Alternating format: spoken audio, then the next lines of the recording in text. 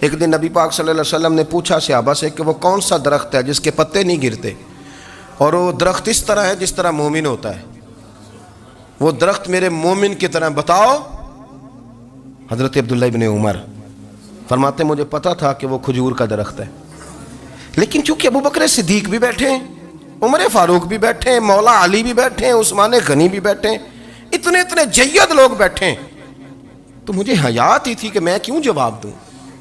کہتے ہیں سرکار نے کئی دفعہ پوچھا، لوگوں نے کئی اور درخت بتائے، پر فرمایا تمہارا جواب درست نہیں ہے۔ آپ حیا کے اس پہلو پر غور کریں کہ سوال کا جواب آتا ہے، سوال کا جواب، یعنی مجھے سوال کا جواب آتا اور پھر میں دوں نہ، مجھے بدعزمی نہ ہو جائے گی؟ یہ کیسے ممکن ہے کہ میری رات گزر جائے، مجھے پتا بھی تھا اور میں نے بتایا نہیں؟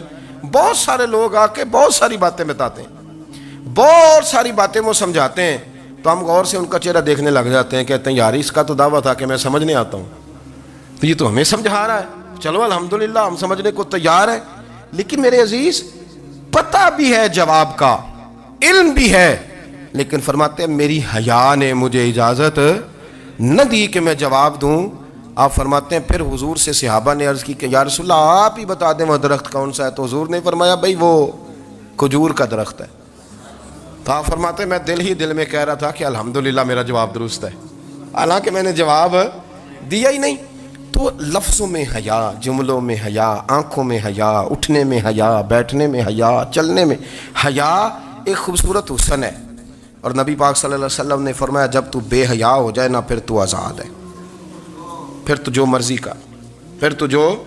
اس لیے بزرگ جب کسی کو بے حیا کہتے تھے نا، اللہ اکبر، اور جب کسی کو کہتے تھے نا یہ بے حیا ہے تو لوگ سمجھتے تھے کہ کوئی ہلکی سی بات کر دی ہے،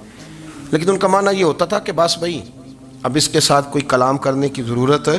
اس کو اب اصلاح کی ضرورت نہیں، یہ بے حیا ہے۔ کیا معنی؟ کہ اب یہ جو اس کے دل میں آئے گا وہ کرے گا، جو اس کی طبیعت چاہے گی وہ کرے گا، اب یہ کسی پہلو بھی قابو آنے کو تیار، بے حیا ہو گیا۔ بے حیائی بہت بڑا عیب ہے،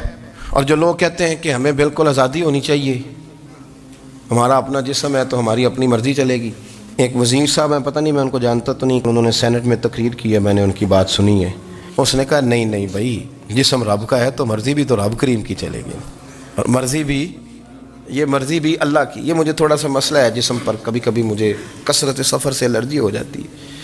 میرے ساتھ لوگ نا دل سے پیار کرتے ہیں، شاید ہی کوئی اچھا ڈاکٹر ہو جس تک میرے سنگی مجھے لے کے نہ گئے ہوں، پر جسم اللہ کا ہے نا، مرضی بھی جب وہ چاہے گا صحت دے گا۔ کیوں کچے کاموں میں لوگ پڑ گئے؟